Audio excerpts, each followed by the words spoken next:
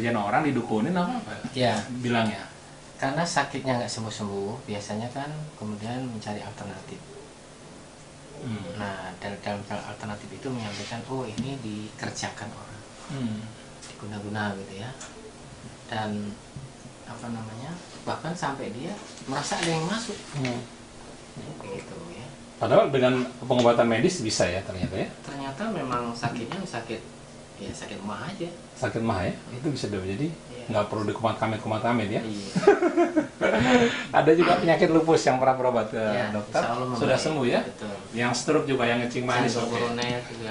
Iya, gimana nggak sehat orang dibersihkan semua bekas-bekas makanan kotor-kotor di usus kita dibersihkan. Jadi Dan stresnya Mas Kris.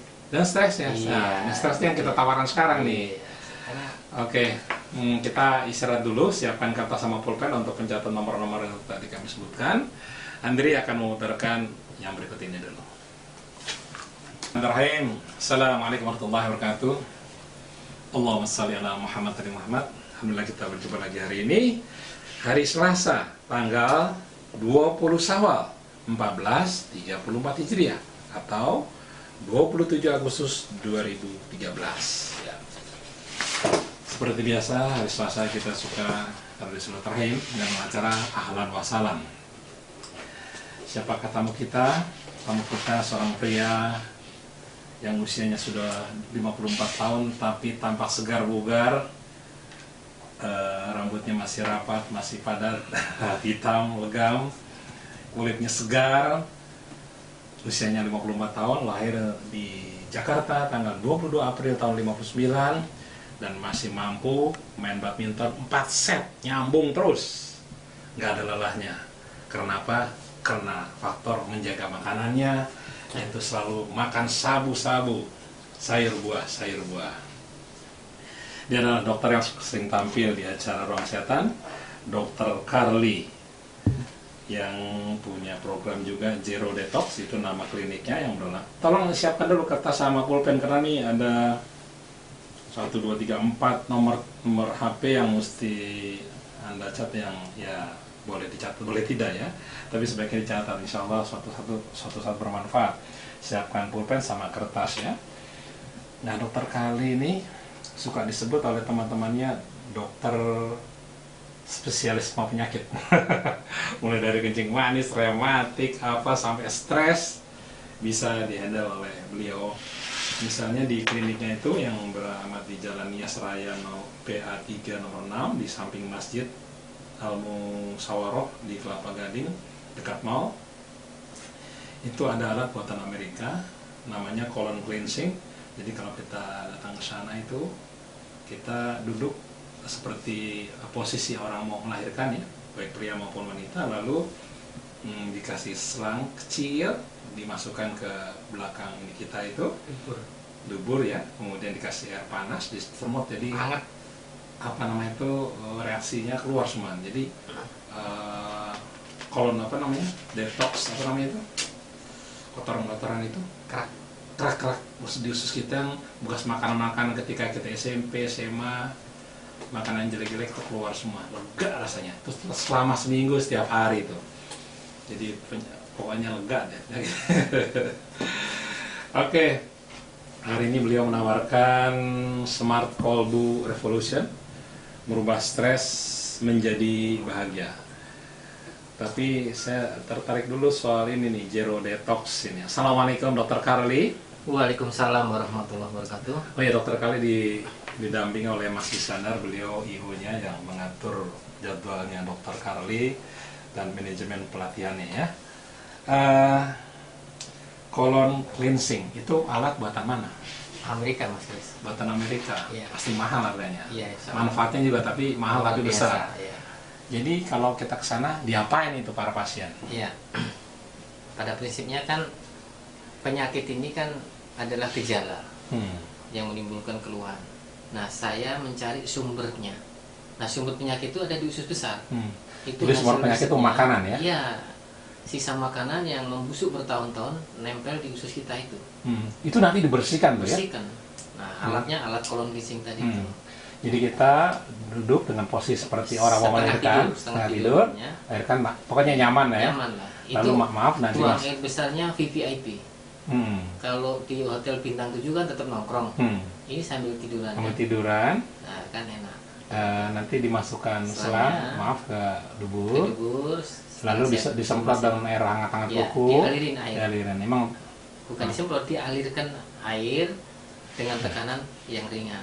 Terus terjadi kontraksi. Buang. Keluar itu semua kotoran-kotoran tuh apa? Toksin-toksin yang makanan-makanan yang buruk-buruk yang jelek-jelek. Dari mulai kecil. Dari mulai kecil. Tapi nanti usus besar kita tuh bersih total. Bersih total. Kalau usus kita bersih, darah kita bersih, semua organ sehat. Sehat ya. Semua. Jadi ini kayak turun mesin, Mas. Kayak turun mesin ya.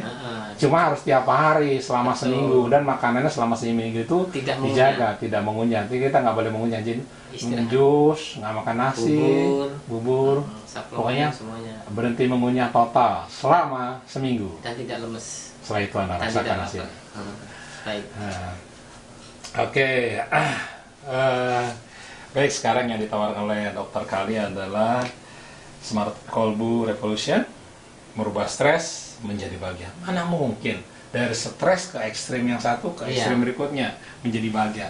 Seperti apa itu metodenya Dokter Karli? Baik, Mas Kris, memang ini Allah kasih karunia pada saya, Mas Kris, dari pengalaman 13 tahun.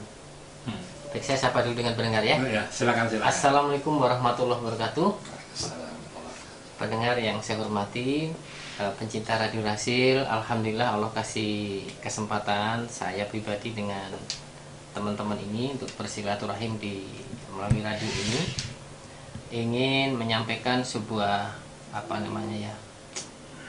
pengalaman dan kemudian diformulasikan dalam cukup lama dan sudah diujikan bagaimana mengubah stres dalam waktu cepat dan efektif dan permanen menjadi bahagia. Ini memang satu yang mustahil ya, satu keadaan stres dirubah menjadi bahagia. Tetapi gini Mas Kris, saya ingin sampaikan latar belakangnya. Kenapa kok saya ingin menyampaikan ini bentuknya pelatihan? Karena selama ini saya sudah lakukan beribuan pasien di tempat praktek saya. Nah, kemudian ada pasien yang menginspirasi saya, Pak Dokter, ini bagus sekali, gimana kalau ini disampaikan ke publik gitu loh, dalam bentuk yang banyak, dan mereka juga mungkin belum sakit parah tapi stresnya sudah ada, atau mungkin juga ada sakit tapi dia belum mau kolon kissing dulu gitu. Nah, akhirnya dengan ide itulah saya kemudian membuat proses namanya pelatihan. Saya sebut pelatihan karena ini bukan seminar saja Mas Kris, karena ini harus melakukan, karena tanpa melakukan tidak bisa. Nah, namun saya akan jelaskan dulu Mas Kris, apakah itu stres dan dampaknya apa, sehingga itu harus dibersihkan. Pengalaman pribadi saya Mas Kris, ketika saya umur 36, saya itu kan dulu aktivis. Jadi di kampus menggerakkan massa, itu kerjaan saya dulu. Nah, ketika saya tugas di kesehatan, saya kepala puskesmas di suatu tempat, kepala dinas saya itu memilih yang salah, saya lawan, saya kalah, saya keluar bagian negeri. Jadi saya masuk 3A, keluar 3A. Tapi dampak itu saya kena serangan jantung. Oh, begitu rupanya, dampaknya luar biasa. Nah, jadi stres ternyata berdampak pada kesehatan. Saya akhirnya menekuni tentang stres ya. Itu salah satu dari pengalaman saya maupun yang lain. Saya tipe orangnya itu menyimpan masalah Mas Kris, sehingga saya kena autoimun, alergi itu sejak mahasiswa. Dan alhamdulillah semua penyakit tadi hilang. Ya, jadi di samping toksin yang tadi saya ceritakan, stres ini pengaruhnya besar sekali terhadap kesehatan. Dokter ini bicara stres karena dokter juga pernah mengalami stres yang sangat ya. Betul. Problem lah yang sangat ya. Dan mengalami perjalanan hidup yang pernah punya penyakit apa? Autoimun. Alergi. HB saya rendah. HB rendah. Ya, liver saya lemah. Sinusitis. Sekarang hilang semua. Subhanallah hilang. Total. Subhanallah. Jadi stresnya harus hilang kan juga. Tidak bisa hanya toksinnya saja. Oke. Nah, jadi gini, para pendengar yang saya hormati, tidak ada orang yang hidup ini bebas masalah, betul Mas Kris? Iya. Selalu ada masalah, Oh, iya. baik yang ringan atau yang berat. Mau ustadz kayak mau dokter Semuanya. kayak semuanya Semua punya ada problem. Masalah itu kan kesenjangan antara harapan kita dengan kenyataan. Dan keadaan itu nggak bisa kita kontrol, Iya. karena itu Allah yang kontrol. Selama kita berinteraksi dengan orang, pasti kita akan menghadapi sikap orang itu nggak sesuai dengan kita. Iya. Karena perbedaan latar belakang, karakter, dan lain-lain. Dan kesimpulannya, hidup itu selalu menghadapi masalah. Nah, itu kita ternyata terpola bereaksi negatif. Siapa yang ngajarin lingkungan? Nggak ada. Kita dicaci maki tersenyum itu nggak ada. Kita dikhianati terus baik-baik saja senyum, nggak ada. Ditipu terus baik-baik saja, nggak. Kita bereaksi negatif. Dan setelah saya pelajari selama 13 tahun, pola reaksi negatif itu terekam sangat kuat di otak kita, di bawah sadar namanya. Rekamannya itu bentuknya interconnection, ada serabut sarafnya. Jadi kalau sesuatu diulang-ulang tuh serabut sarafnya menebal sekali. Nah, saya berusaha bagaimanakah merubah reaksi negatif tadi menjadi positif. Terus saya dalami. Ternyata kesimpulan saya, kalau kita menggunakan otak, instrumen namanya otak, jadi kita rubah rekamannya di otak kita dengan pola positif, insya Allah gagal. Karena begini, saya sudah mengajarkan orang untuk positif, Mas Kris, tapi jujur, saya masih kecil, saya masih kesel, saya masih kecewa kadang-kadang, cuma tidak terlalu dominan, tapi reaksi itu masih ada. Kadang-kadang saya cemas, kadang-kadang saya nggak nyaman, kata-kata, terutama orang dekat ya, istri, anak itu kan, nah itu kan sering kadang-kadang nggak sesuai harapan tuh, ada perasaan negatif. Sehingga suatu saat saya berdoa kepada Allah, ya Allah, saya ini sering mengajarkan orang positif, tapi jujur saya masih tegang, mohon petunjuknya. Saya terus minta petunjuk dengan sholat aja.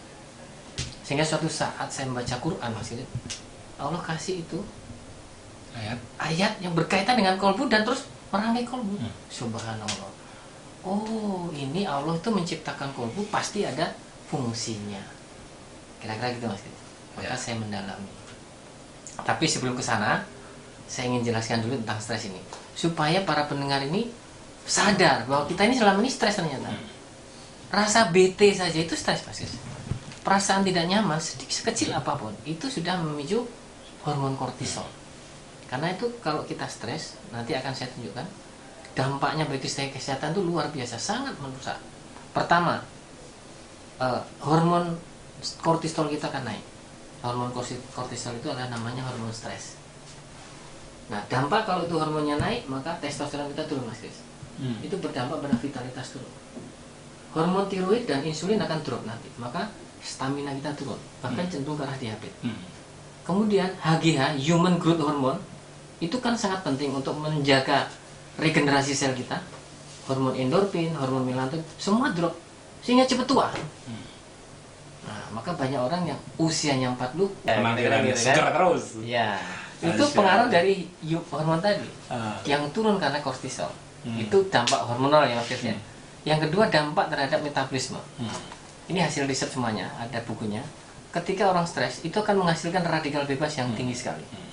Itu atom yang kehilangan elektron, merusak sel kita, sehingga penyakit degeneratif menyerang kita. Ya, jadi ketika orang stres, pasti kena serangan jantung, kena macam-macam. Nah, belum lagi Mas Kris, sampahnya banyak, waste product, itu membebani liver. Jadi kalau stres, pasti livernya akan lemah. Baik, yang ketiga, gangguan pada daya tubuh. Daya tahan tubuhnya turun, gampang sakit, gampang masuk angin dan lain-lain, pilek, ya bahkan mau kena segala macam penyakit yang susah disembuhkan dengan obat, namanya penyakit degeneratif. Nah, dampak lain Mas Kris, itu kan untuk fisik ya. Oh ya, ada lagi nih yang saya sampaikan para pendengar, itu otot kita jadi tegang. Ketika kita stres itu tegang, karena otot-otot di mulai kepala, badan dan sebagainya itu dia berhubungan dengan sistem saraf otonom ya. Maka sakit kepala, pegel, lehernya semuanya itu dari stres juga. Dampak terhadap mental kita, tidak bahagia. Ya, dampak terhadap fisik, sakit, dampak terhadap mental tidak bahagia, mungkin bisa depresi berat, karena saya ada pasien itu depresi berat, bahkan yang sangat berat itu sampai ke masuk rumah sakit. Itu adalah dampak dari stres tadi. Jadi mulai ringan, sedang sampai berat, itu dampaknya. Yang ketiga Mas Kris, ternyata dampak terhadap rohani, karena tubuh kita ada jasmani dan rohani. Kalau mental itu di otak, jadi pendekatan mental psikologi itu adalah tetap di otak fisik, tapi rohani ini beda wilayahnya. Terhadap rohani, Bapak sekalian, itu kita akan sulit masuk surga. Karena apa? Di dalam surat Al-Fajr, di akhir ayat itu yang masuk surga adalah ya ayuhal mutmainnah, jiwa yang tenang, rohani yang tenang. Kalau kita stres, rohani kita juga akan merana, sehingga kita sulit masuk surga. Jadi ternyata stres sangat merugikan dunia dan akhirat. Oleh karena itu saya berketetapan, dibantu dengan Pak Iskandar nanti ini akan kita buat pola-pola pelatihan yang bagaimana membebaskan orang dari stres. Bagaimana caranya? Oke, ya. Kita break dulu. Oke. Iya. Baik, Iwan dan Awat, kami sedang berbincang-bincang dengan Dr. Carly. Kalau Anda datang ke kantornya, ke kliniknya, itu nama kliniknya Zero Detox di Jalan Nias Raya, PA3 nomor 6, samping Masjid Al Musawaroh, Kelapa Gading, dekat mall. Jadi setelah mall Kelapa Gading, kalau kita dari arah Pulau Mas ya, kan ketemu tuh mall Kelapa Gading, ketemu lagi